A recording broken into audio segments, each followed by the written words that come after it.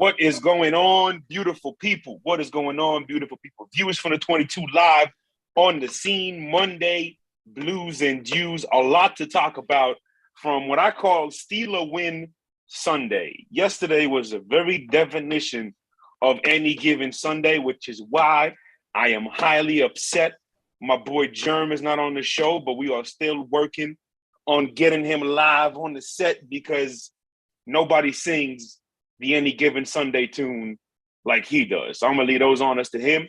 But we got the Godfather. We got the Scout Extraordinaire. We got our nutritionist as well. He's really just almost an alchemist of this athletic stuff. But J. Ham, Vic Jr., go ahead, Vic, talk to the people. I know you got the Yankees on the brain, so I know your heart is very, absolutely.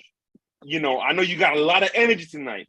So go ahead, talk to the people. Yeah, man. Yeah. First of all, you list a couple things there. Just, jack of all trades kind of guy, but can never get anything done, can never get anything perfected. But that's okay, because it's good to know a little bit of everything, right? So yeah, football Monday night, but there's something a little bit more important for me today.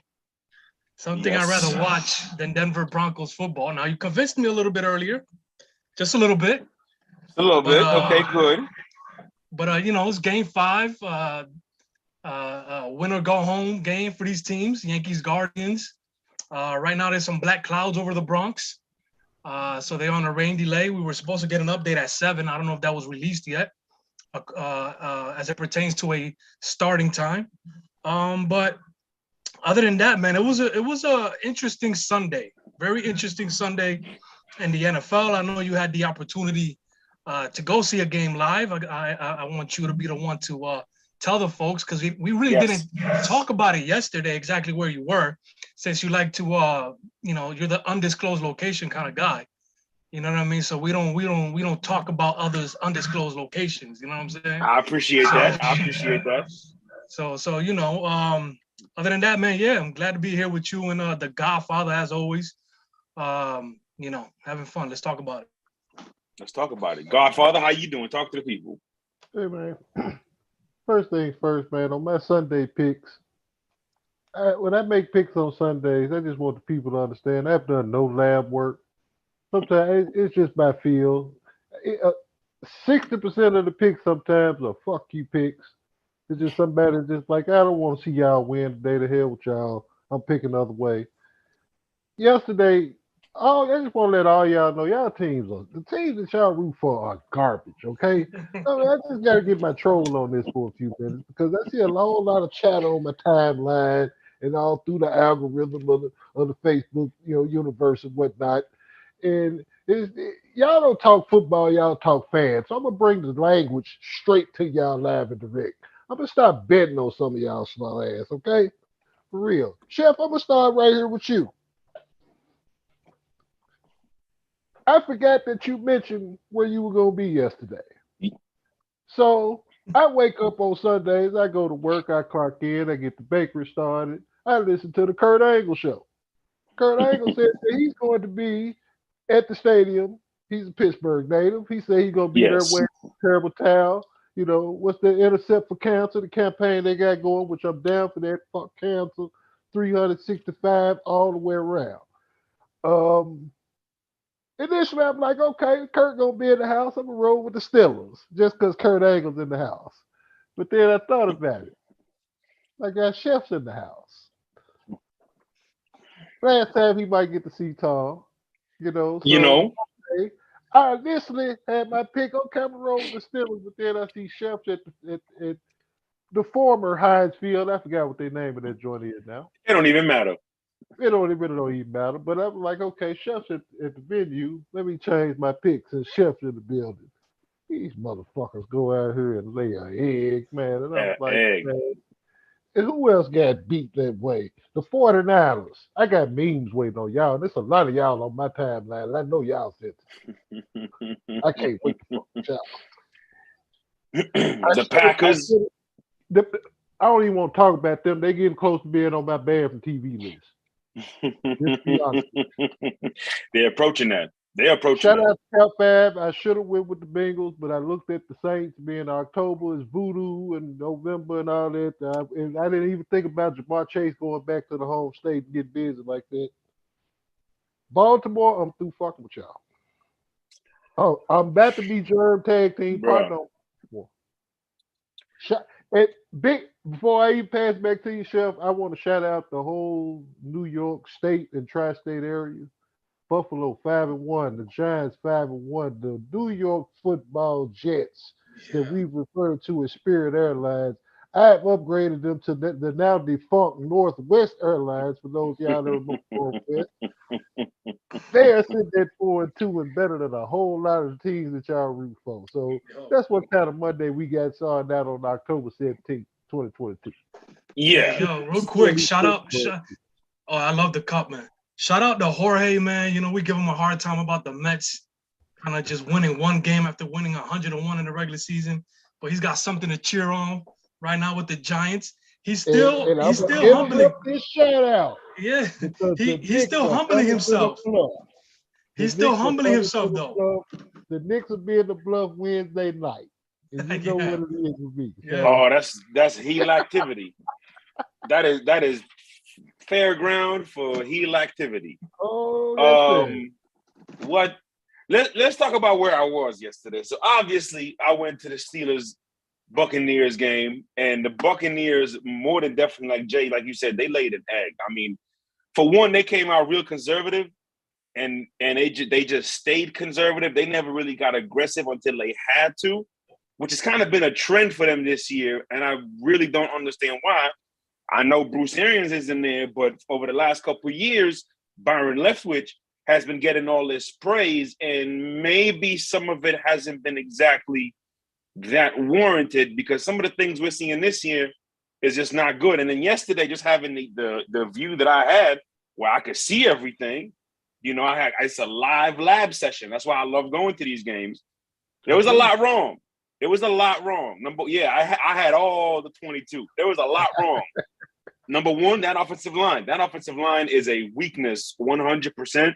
And Donovan Smith, who was, although he was frustrating at times, he was overall a reliable tackle.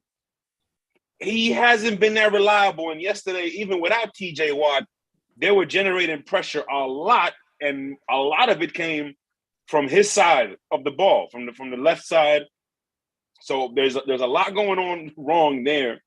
On the second thing, the route distribution, the spacing of that offense was just absolutely horrible.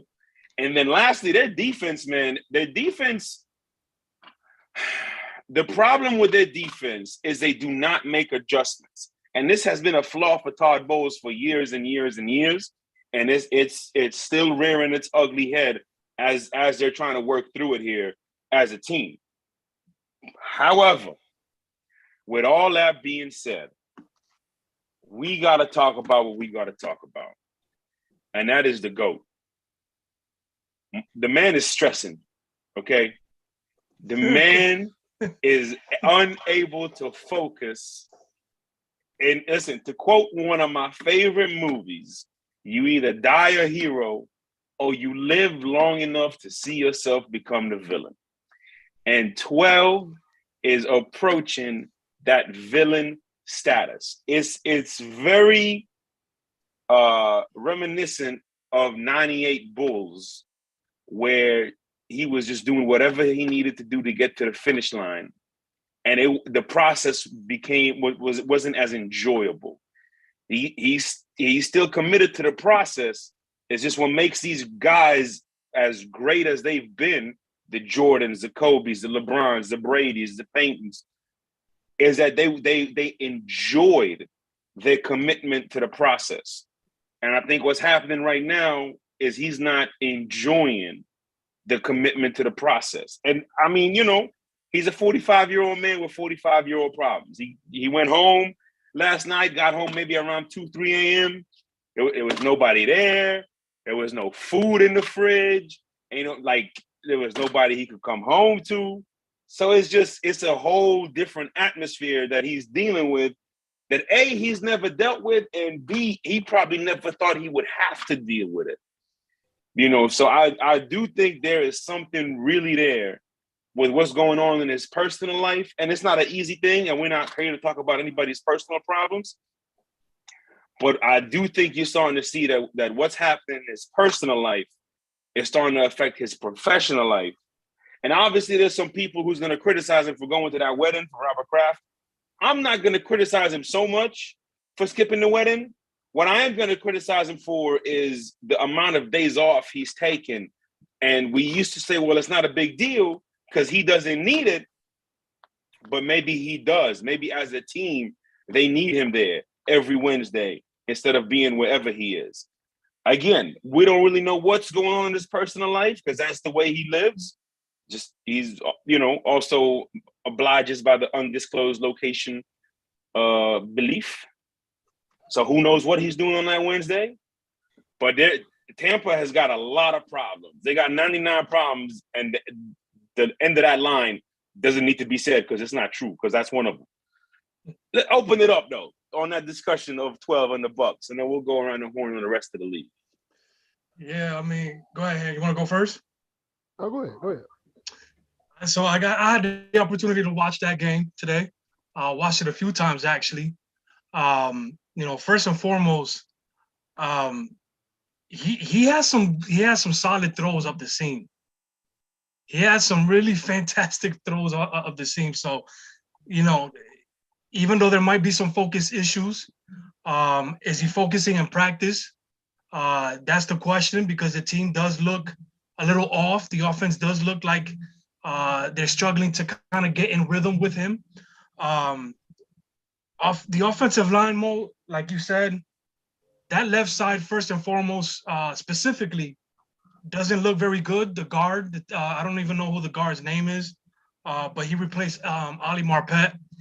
He was not good yesterday. Cameron Hayward lined up on him several times and took advantage of that matchup. And then, like you said, Donovan Smith was disappointing. He let a couple. He let people beat him, to his side. So, that wasn't good. But defensively, man, like, too many third down plays that they let, the Steelers complete, even with Trubisky at quarterback. You have the 30-16 with 3 minutes left, and then you have the 30-11 with 2 minutes left. Like, the defense, that looks scary for them. I think that's more of a concern in the long run, is what is going on with the defense as opposed to the offense overall. I think that the offense, with more focus, they can get it in line. But defensively, I honestly don't know what they're going to be able to do, with that. I think 45 is kind of regressing.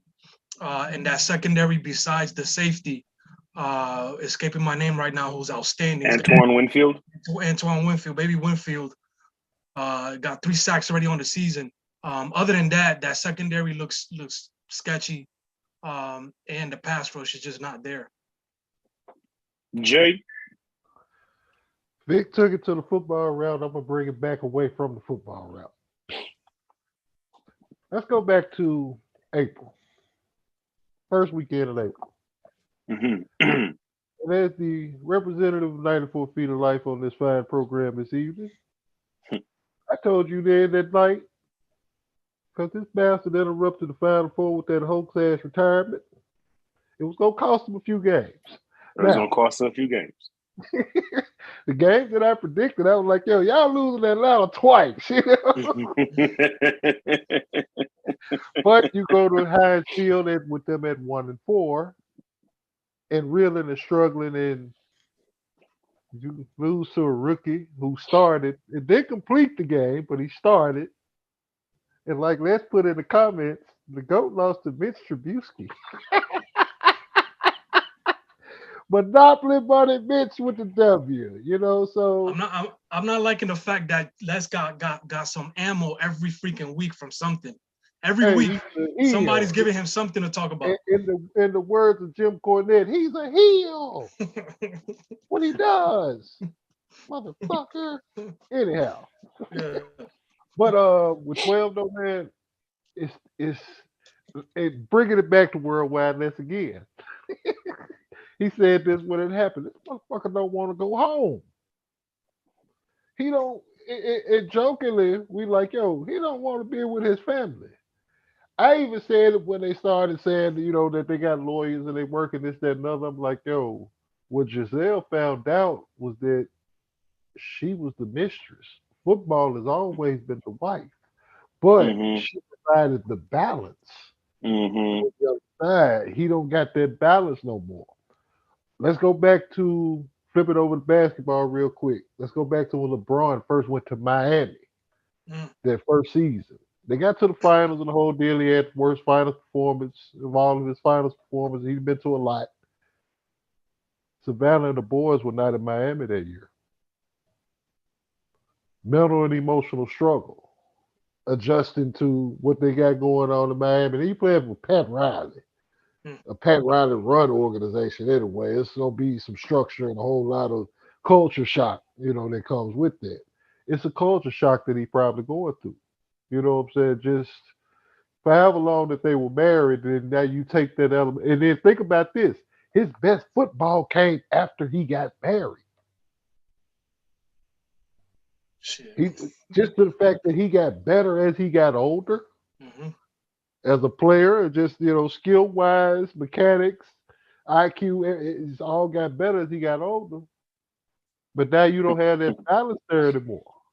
Even in just this one through 6 weeks of football, and it's been extra stuff that's coming along that's been those distractions.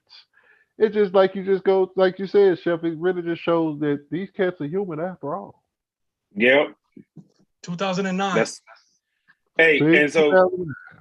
How many Super Bowls did he win after 2009? Like 12?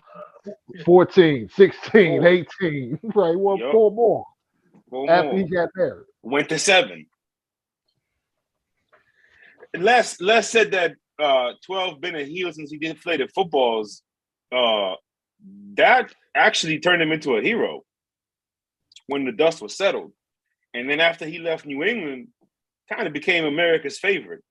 So he could have left after the 2020 season and nobody would have said nothing. But hey, again, Jay, I was trying to think of which Jay-Z song would best describe Tom Brady's situation. And then you said something, and it reminded me, and I had to look it up because I couldn't remember which song, but even it is one of my favorite songs. Where is it? It goes, even the worst pain is the distress, learning you're the mistress. Only after that love gets slain. Obviously, we talking about Allure off the Black album. That song right now is Tom Brady's life, bruh. I solemnly swear to change my approach. No, he's not. He's been there. He can't let it go. He can't let it go. One way or another, though, I do think this is his last year. And it called him right back. Oh, no. Yo. Tell me, is there any song that's more fitting to what's going on, to what he's dealing with at the moment? That's perfect. Exactly. Next one on the game list here. The Baltimore Ravens. Let's start with them. We're going to go Ravens and Packers, a 2-for-1 special on this one. Okay, so here's my couple takeaways from both those games. Number one, with the Ravens, I think overall what we see at times is Lamar just has costly turnovers. And the Giants are just playing really good football. Baltimore's got a lot of problems. They got to figure out why they can't close out games. They got to figure out why they keep blowing these leads in the fourth quarter. And usually, just being real here, when a team is blowing double-digit leads over and over and over, it starts with the coach and it starts with the quarterback. Something is not being fundamentally worked on or perfected or preached about in practice throughout the week, again, that process.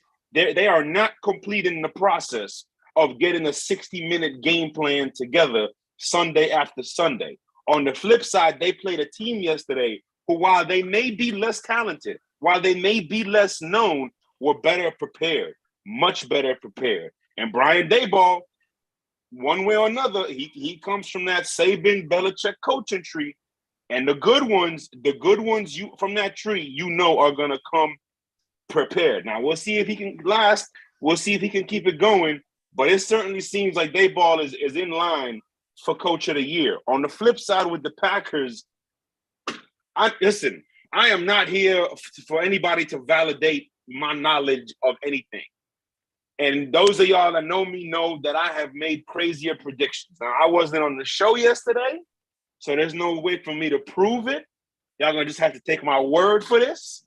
I was coming on the show to predict that the football New York Jets would beat the Cheeseheads from Green Bay for a lot of reasons. I'm gonna tell you where I'm at. Go ahead, Jay. Go ahead. I know your aggravated history with the Packers of Green Bay, as our king from Coming to America referred to them as the Packers of Green Bay. The Packers of Green Bay. And I know your lab study and from whatnot about the MILF killer Zach Wilson. And who's been playing good football? Yes, he has. These past few weeks. So I actually should have rolled with them, but I'm just trying to still roll with Eric and Aaron and company. So, but I believe you. When you say you was coming on there to predict that, when I buy it. Oh, that's coming. That's because I know you. Right. But see, again, just the lab said it. The way both these teams have been playing the last few weeks said it. And the coaching by both of these two teams the last few weeks said it. Like, the Jets are playing good football. The Green Bay Packers are just not. They skated away a win against New England. Go ahead, Jay. Can we go back to Baltimore? Go ahead and finish. Yeah. We're talking about both. We're talking about both Baltimore and Green Bay right now. I got Dennis King hit me with the stat today. He probably hit a couple of us with this stat today. The last, 17 games, 19 picks for Lamar. 23 overall turnovers. That's not good. 23 overall turnovers. That's not good. He is turning the ball over at a high rate. I got it somewhere. I can look it up. I know they're not to the top of the league in turnovers. I know I could find this. Give me 30 seconds. I'll find this. I'm not even kidding you because I just saw it. I just saw it earlier today. I'll sing the beam. You know you love. Oh, see, never mind. I lied. You know you love. They're actually second in turnover differential, but he's still turning the ball over a lot, and he's turning the ball over in situations where it matters most. Yeah. So I did pick the Jets to win yesterday too. Okay. In case you didn't know, I heard it. Bro, they look fantastic on both sides of the ball. The youth. I heard earlier the head coach talking on the Michael K show. He said these kids are so young, they have no idea what they're doing right now. They just ignorant right now. They just playing ball and they playing hard. Sauce Gardner looks fantastic. And so, for that game, I highlighted the tandems. Michael Carter and Breece Hall for the Jets, A.J. Dillon and Aaron Jones for the Packers, and how those two tandems are carrying these teams right now, creating the identity for these teams. And the Jets defense absolutely stopped everything the Packers wanted to do in the run game. And that just made everything harder for Aaron Rodgers in the passing game. And therefore, it just led to the Jets doing what they did. 27-10 was a pretty convincing win. So, right, situation where two New York teams, man, they looking good. It's like I told Jorge earlier, 5-1 is good in the NFL right now, bro. I understand it's hard to kind of accept it, but 5-1 is good. It's something to be happy about right now. So on the Giants side, they're just playing complete football. They're very effective, and Vic, have we not said from day one? And again, we're not here for validity. We're not here for validation. But again, the lab is the lab. We have said from day one, Saquon in a gap scheme would be much more effective. Absolutely. Why? Because it takes away the where should I go factor, and it just says, yo, you go here. No matter what, you go here. Because sometimes the gap scheme made Deion Lewis look like Emmitt Smith. Why? Because the holes were not opening up yet, but he understood the coaching of being patient and just go into the hole where it's meant to go, because that's where it's going to open up. And that's what Saquon's been doing, and he's been capitalizing. And we know what he is in the open field. The problem was just getting him to the open field. Exactly. And now he's starting to get to the open field because the fundamentals are being preached to him. Again, coaching matters. If coaching didn't matter, then the Steelers wouldn't have beat the Buccaneers yesterday. Coaching absolutely matters in this league. And on the flip side, same thing for the New York Jets. Robert Saleh is a phenomenal football coach. And his coaching staff is filled with a lot of young guys, a balance of young and old guys who just understand how to play the game and what it takes to win. And it is showing. And I'm going to go something here. I'm going to say this. Quinnen Williams, and I got the sauce. Tell him that the sauce ain't free. Shout out to Ranks Jabbin. That is a young version of Aaron Donald and Jalen Ramsey. That's really what that is. Because Quinnen Williams that's King Kong, bro. That dude is a monster. And he is becoming into one of his own. That's you, bless me. That I don't care. He is a beast. If y'all watch drafts, you know where that's from. That's Quinnen Williams. That's what he's known for. He blessed himself. And he's been blessing quarterbacks throughout his whole career. And he blessed Aaron Rodgers yesterday. And they got the Packers, no ID on the track. Let the story begin. This is the death of the West Coast, moment of silence. They got no ID in the Green Bay Packers offense. They don't know who they want to be. Tampa got that same problem, but Green Bay really has that problem. And I'm glad you mentioned that with Tampa too, because I saw something when I was just sitting around watching. What was the little ESPN morning show? Get up, wake up, get the hell up, whatever it is. Yeah. But they had the graphics side by side with both 12s. Lowest PPG, lowest YPG. Their careers. You know what I'm saying? I believe it. This college is like, we at the end. We're really. We get a magical run, okay, but we realistically know what's what. The only thing going right now is if the media starts to talk about how Brady is not a good teammate, if you just give him another headline for him to be like, okay, allow me to reintroduce myself. That's really the only thing left. But something's got to drastically change for both these guys, because this is definitely Brady's last year. And for Aaron, that his career is going to close a lot quicker than he anticipates. And that's just the reality of it. Go across the board. Patriots at the Browns. The Patriots are playing, again, coaching matters. Shout out to Bill Belichick. That team is playing really good football. That quarterback's playing well. And as far as the Browns are concerned, they browning right now. Let's see what happens when Deshaun gets back. 38-15, New England. Anything you want to talk about, Vic, from that game? No, I just saw, MJ. Shout out to MJ. He did a great job running point in the show yesterday. He kind of had us doing like a I forgot what he calls it. One word when he mentioned the matchup. One word association. And so when he said Patriots, Browns, both me and Trav said Bill Belichick. Because the week before, I chose them to get their ass whipped by the Lions. I said the Lions are a young, well-coached team. The Patriots look like they're on their way down. And sure enough, you got Bill beating them 29-0. Okay, they couldn't even score. And then, now, I think I picked the Browns to win this game. If I'm not mistaken, I run the tape back. I picked the Patriots, just for the record. But, man, listen, they took care of business again yesterday. They've been doing it without Mac Jones, okay? So that's something to look out for. Again, just Bill Belichick, man, deserves a lot of credit for how outstanding, the outstanding job him and that staff can do getting those guys ready to play, man. Jay, anything you want to talk about in that game? Yeah, I picked them slow-ass Browns in that one as well. I made a mistake. Although I did name it properly, there was the Bill Belichick Classic taking place right there in Cleveland, Ohio. You know what I'm saying? Sure was. The two long jobs that he actually coached at in this league. Shout out to my man, what's his name up there, the owner of the Knicks.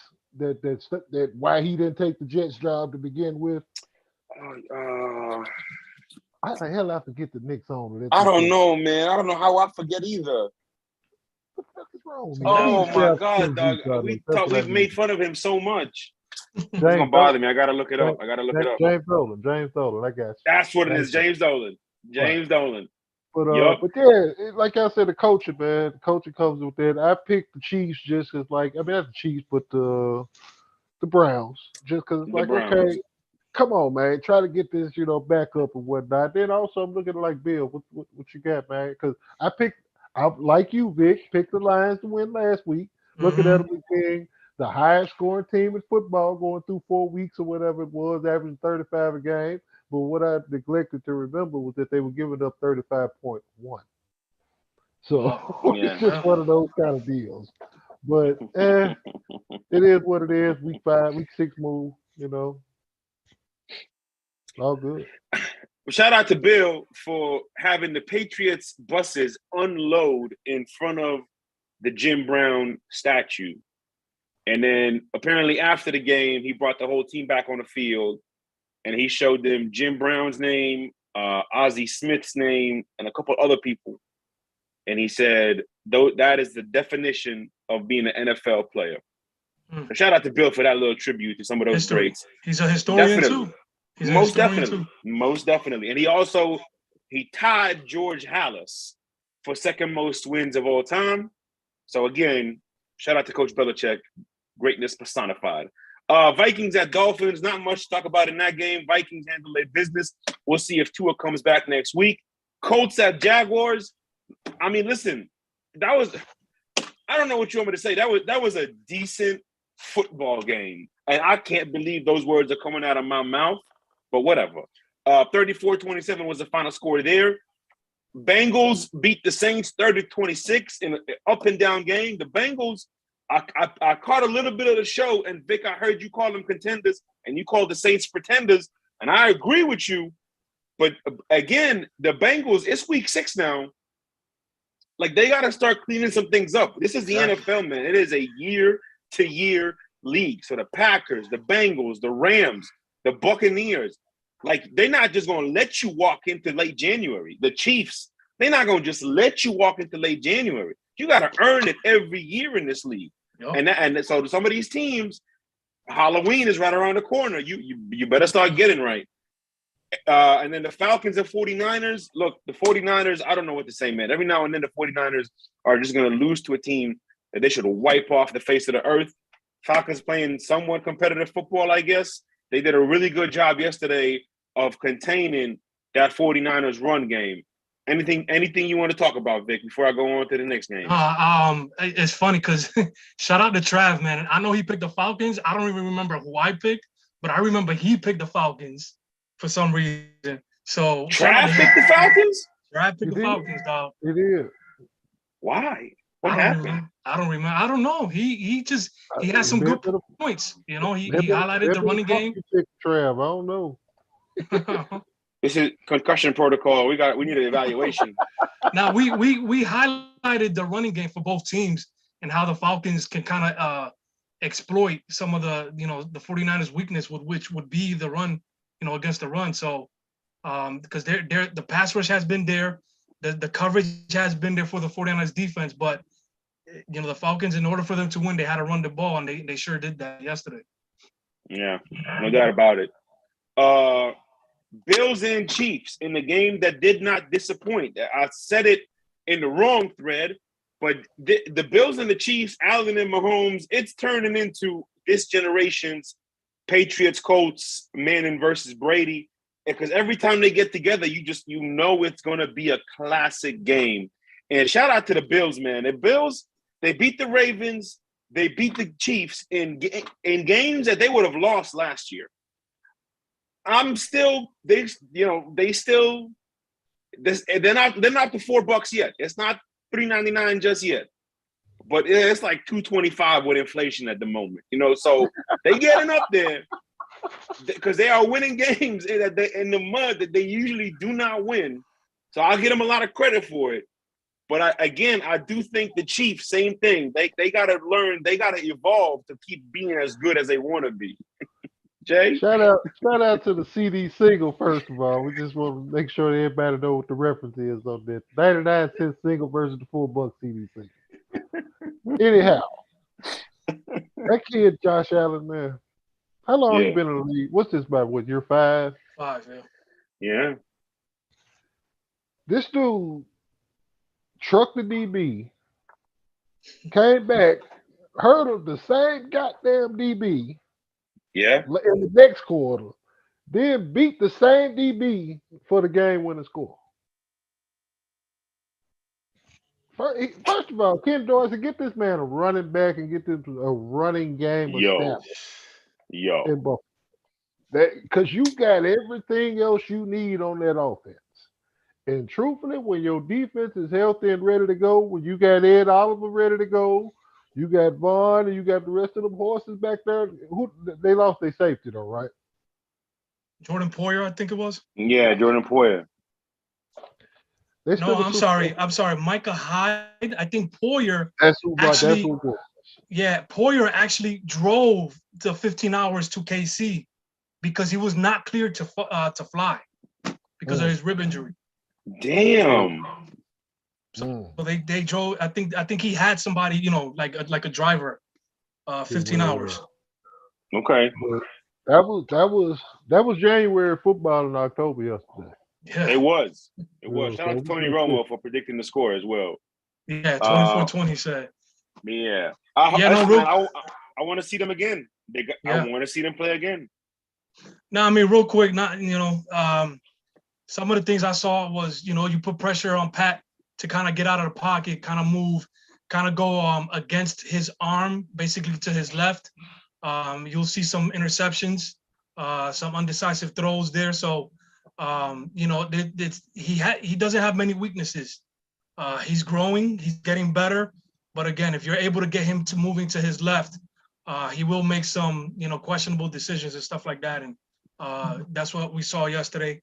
Josh Allen, like I said, man, he's been my MVP, one of my MVP candidates the last 2 years. And he sure as hell is, showing that this season. Yeah. No, I mean, he deserves credit.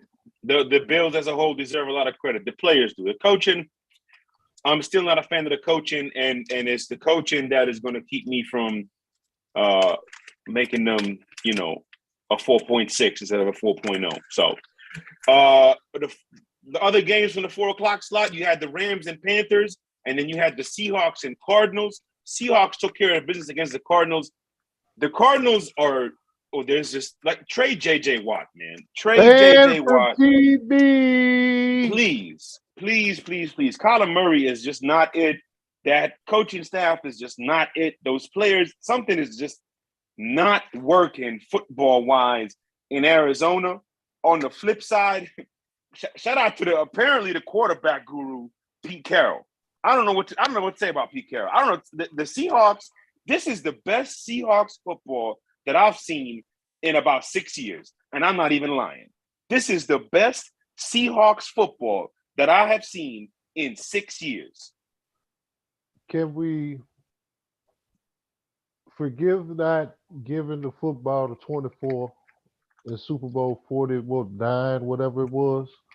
Can we forgive that and just go ahead and just get this man his props for being one of the best fucking coaches of this era? Jay, period.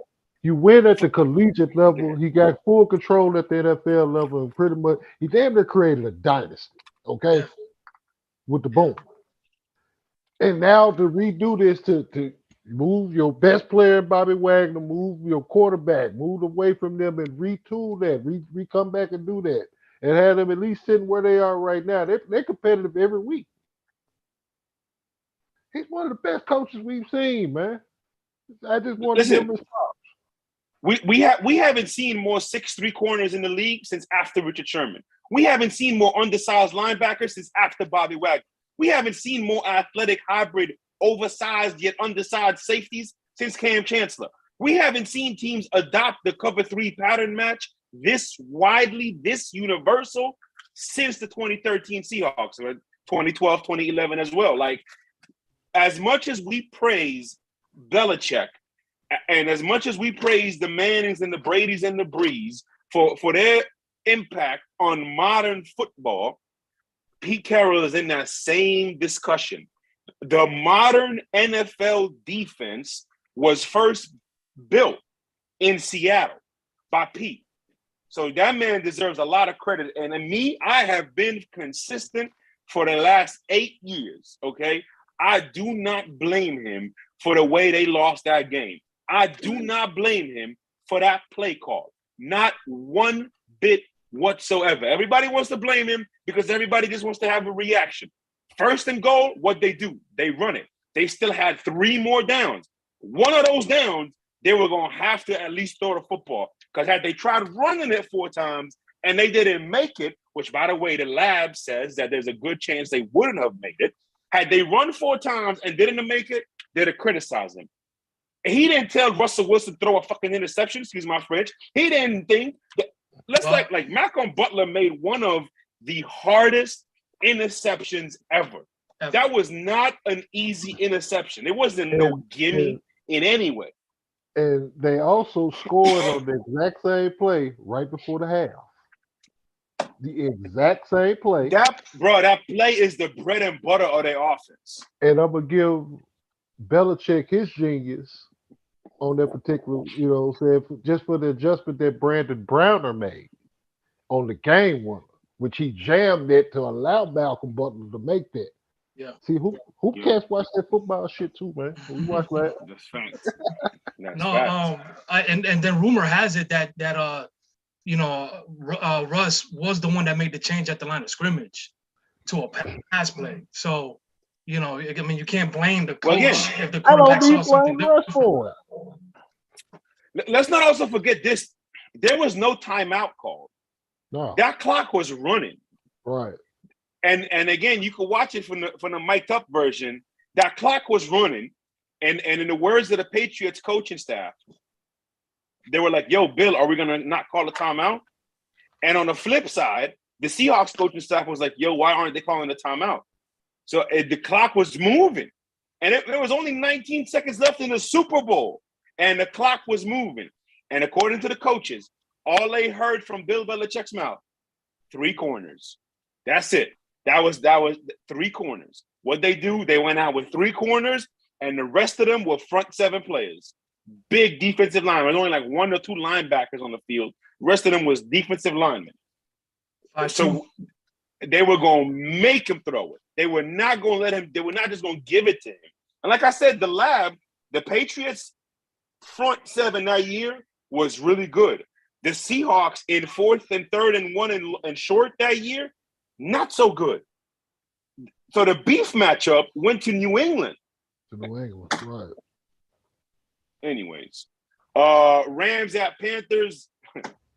Rams did what they were supposed to do. The Panthers, there's a lot of dysfunction happening in Carolina. No, and so rumors are that CMC is on the block. So look out to see if the Bills make a move for that. Right. But they did trade Robbie Anderson pretty quickly after his little tantrum on the sideline there. So there's probably more trades to come. Rumor has it that they're going to put Darnold on the block, so it'd be interesting to see if the Ravens are going to go after him. This main event from yesterday, the Philadelphia Eagles played the Dallas Cowboys. What? Yo, you just trying to sneak that in. Holy shit, that's some heel shit right there. Woo! Damn. Yo, the Philadelphia Eagles versus the Dallas Cowboys. The Eagles handled their business. That game ended up closer than what it should have been, but the Eagles just kind of overwhelmed Dallas in that first half, and they just kind of kept it on cruise control and made sure that they could close that game out, and they did a really good job of closing it out in the end. But Dallas, now that Dak is back, you found your identity. You found the identity of your football team. Now that your leader is back, stick to it. Do not go into anything else. Do not try to be anything more than you are not. Again, he functions best within the framework of what this offense should be. So be that. On the flip side now for the Eagles, this is the best team in football, y'all. Defensively, offensively, special teams, secondary, line, beef. And honestly, we talked about it early. The first show we did of the year, this Eagles team is going to go as far as their quarterback takes them because they are that good. And he is playing, that well. That's why they're the only undefeated team, and we 2 weeks from Halloween. He is playing spectacular football. Does he still have flaws? Of course. Does he still have a long way to go? Undoubtedly. But the fact of the matter remains, he is the leader. There is 53 full-grown-ass men that believe in him. And that is not easy for anybody to do, let alone a second-year quarterback. So shout out to Jalen, because like I said on the thread last night, he's playing like he's got next. And I want to see him continue that trend. They played phenomenal yesterday. I love what they do defensively. Shout out to Howie. Here we are, 5 years removed from the Super Bowl, and they once again have a championship-worthy roster. Go ahead, fellas. Just real quick, some points for the Cowboys. There's a lot of people now questioning if there's a quarterback controversy, if Cooper should be playing. I think yesterday kind of showed a little bit of like, maybe this is still Dak's team. Again, I like to go into the in-depth, into the analytics and more advanced stats. If you looked at those advanced stats before, yesterday's games, Cooper Rush was in the bottom of the league of quarterbacks that started 5 games. He was in the bottom in air yards. He was in the bottom in completed air yards. He was one of the quarterbacks that had the most passing completions within 10 yards. So again, like Mo alluded to, and we've been alluding to for the last few weeks, keep the game short for Dak. Because when you look at the advanced analytics for him last season, he was top 10 in air yards, throwing the ball up the field more vertically. So is that something that he was doing? Or is that something that the coaching staff was just, because he's the better quarterback, he should be passing downfield more? No, let's stick to that game plan. Let's stick to that short passing game. In the third quarter, the Cowboys dominated on the ground. Zeke looked fresh again, when he had some open lanes. So, they have to run the football. The Cowboys have to run the football and let Dak work off of that to continue, because this defense is solid for the Cowboys this season. Really good defense. I thought it was a good matchup. And like Mo said, Philadelphia looks for real. Like the Giants and the Jets, the Philly definitely looks for real. Shout out to Jalen. We had our doubts about him, but the kid looks like he's in full control of his game and full control of that football team as the leader.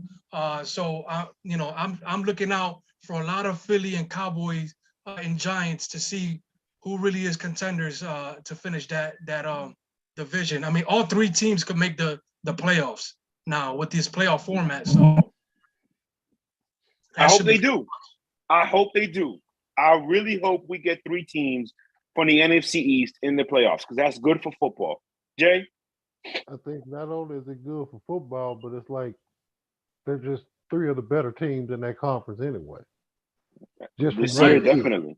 So the Eagles, man, they got a little February vibe to them, just from the swag standpoint. I looked at their line when they were just announcing them as starters last night. I was like, yo, they got this shit fixed. Yeah. They got this shit fixed. The kid's standing up right. He's delivering. I know they said that his numbers against the blitz wasn't hitting off on shit. I get that.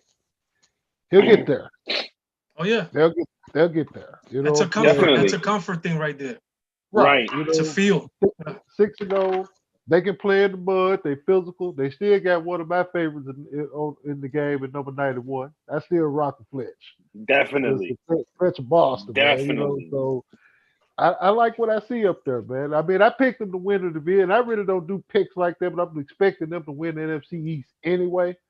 But the Giants being what they are and showing the promise that they're going to continue on this, and Dallas being what they are, And like you said, Sheriff, if they stick to the script, rock with what your identity is, run the football, keep getting after those defense. I got to credit Philly's defense last night for giving the kid hell, giving Cooper Rush, giving him that hell. Rush. They confused the hell out of him. You know what I'm They saying? did. Just all for the most part.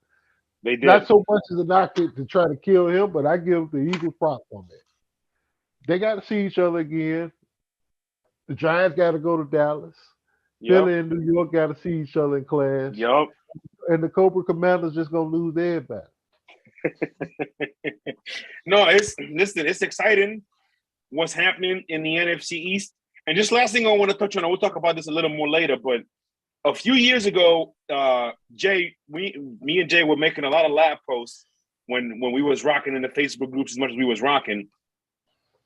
And one of them was, would you rather have a lockdown secondary or a beast defensive line, a beast pass rush? And of course, 99% of the answers were the pass rush because that's conventional thinking. And Jay knows that when I ask a question, I'm usually baiting it because I want people to have a certain type of reaction so that I could give the reason where I made this post from, like where this post came from. And where that post came from was my thought process was, if I have a lockdown secondary, if I have three corners who can go man-to-man against your three, I can do whatever I want with the rest of the players. I can have the most versatile, most creative, most ferocious front seven in the league. Dick LeBeau style. I'm blitzing everybody from everywhere. You got to figure out who's coming, who's not coming. And that's what's happening in Philly. They got three really strong corners, and the rest of the defense, they can do whatever they feel like doing according to the situation. That's where that post stemmed from. This was like 5-6 years ago. You saw it with so many teams. You saw it with the Broncos, the Patriots, the Seahawks, you name them. Most of these teams that have won Super Bowls in the last 12 years have certain themes to them, and one of them is being strong cornerback play. I remember when the Broncos won at 15, and you gave me a thorough breakdown, game by game, as to pretty much how they went about it attacking. Yep. Who did they play? They played the Steelers in the division. That was the Steelers with no AB because AB got concussed the week before from Vontaze.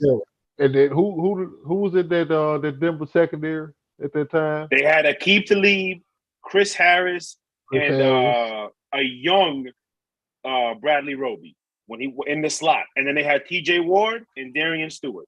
And then you got Von Miller on one side and DeMarcus Ware on the other side. And you was like, with Pittsburgh, they keeping everything in front of them. They ain't got AB. Keep everything in front of them. Championship game, that was against 12 and your guys. Yup. They throwing 3 at Gronk. Not 2. They sending 3 at Gronk. Somebody else got to beat us. Championship game with Cam. Oh, this is easy pickings right here. We're going to take away everything that y'all do on the outside. You got to play football within these trenches. Gus Von Miller winning Super Bowl MVP. And you said it then. It was like, it was one of the finest displays of versatility in terms of winning the championship from a defense that you've seen. That want to take away from the 85 Bears, the 2000 Ravens, the 02 Bucks. But you put them in that category with them based on the versatility of how they had to go win that championship. And I still do. I appreciate you bringing that up because I still do, and I will defend it against anybody. Now, don't forget, they had those 2 linebackers, Trevathan and Brandon Marshall, and everybody forgets one player that was on that defense, a young Shaquille Barrett, who won his first ring that year, got his second ring as a lead man for the Bucs defense. But hey, good conversation as always, fellas. Quick 3 to 4 minutes on tonight's game. You got the Chargers, you got the Broncos, 3-2 Chargers, 2-3 Broncos. Simply put, for me in this game is more important than people are making it out to be. I understand Denver has been hugely disappointing early in the season. I know I picked the Denver Broncos to represent the AFC in February. I don't know how good I feel about that pick right now. There's a lot they need to fix. I don't know if they will fix it tonight. I don't know if they will get it right this quick. I'm one of them being coaching. Again, coaching absolutely matters in this league. And I don't know if the coaches have that football maturity. They're just making so many wrong decisions in the moments where it matters. And then Russ, you could see there's not comfort there. There's a lot of like, what am I doing? There's no real identity going on. On the flip side, the Chargers are still coming into their own, still trying to be everything that they can be. This game, if both these teams were playing the way they're supposed to be playing, this game has 38-35 written all over it. But they don't. So I'm going to go 24-23, whichever coach don't F it up. Give me the Chargers, I guess. 24-23 Chargers. Jake? I mean, like I told you, man, I'm not fully excited for this game. I'm just hoping that the Yankees and Guardians get their game started as they're in a rain delay. But it's just I want to see Russ. Even if I catch the game after, I want to see Russ get back in rhythm, get back to the Russ that I think he can be. He's got the weapons for it. There is some injuries on the offensive line and the running backs. That's going to be tough for them. But Russ, again, if he wants to compete in this division, they have to win today's game. The Chargers, again, as talented as they are, there's always some form of disappointment, some way that they find ways to lose games because they also have their issues closing games. But we'll see. Again, I agree. I think it's going to be a low-scoring game. I'm going to pick the Chargers just because I think they're a better roster and have played longer together right now. Jay? The Chargers they on some malpractice shit with their doctors. I don't know what the hell going on with them. You get hurt with them. I don't know if you just feel bad for it. I'm talking about cultural stuff with these people, man. Nate Hackett, man, I don't know what's up with that dude, man. I don't know if he's an NFL coach, man. Hey, I'm one that tries not to be overly critical of coaches, but it's like, what the fuck is you doing, man? Yeah, yo. It's like for real, Definitely. man. And I feel like tonight's gonna be another one of those nights. Like, what you doing, Chief? 21-16, man. Chargers, man. Get out of here, man. And thankfully, hopefully, if the Broncos lose tonight, this will be, of course, their last time on primetime television. Mm-hmm. These people, because I don't think they're gonna win enough going forward to be flexed on the Sunday night. No. They've already been. I think you only get like 3 and then plus a flex in terms of prime time and how they schedule it. They try to keep it, pimpish in that way. So we might not have to see these people no more. Yeah, they try to be. Although, there were some years like the Saints would get 5, the Patriots would get 5, Peyton Manning would get 5. I remember the Cowboys got like 4. I remember the Cowboys and Giants playing on Sunday night twice one year. Within a 3-week span. Twice. So bro. that was the last time the Giants won the Super Bowl too. So yes, it was. All right, that about wraps up the show. Enjoy the games. We're gonna post the thread. Enjoy the baseball games as well. We will see y'all on Thursday. I know Stoppage Time got a show. I know the Dish got plenty of shows coming. Jay, when's the next 94 show? We'll probably be back next week sometime. We got an opening week, so any one of us might jump on with a live at any point. Just Opening day tomorrow, right? For the NBA. Yeah, NBA open up tomorrow. Full slate on Wednesday. So we back. We're in the sports equinox portion of the sports calendar, ladies and gentlemen. Yeah. Yes, sir. Everything is going on. Yes, sir. Enjoy the games, man. We're gonna log out before the dude gets on the screen. I want to send that one more shout, Chef. Shout out to the kids in Knoxville for tearing down the goalpost and throwing that bitch in the river the other night. Shout out to that game in general. So run y'all about 100K, but y'all Knoxville, y'all got it. Hey. Y'all had 100,000 people there. I mean, get $1 from each one. Get $1 from everybody. They'll find a Take way us to get home, that Vic. money. 22, baby. Let's go. And the goalpost and throwing that bitch in the river the other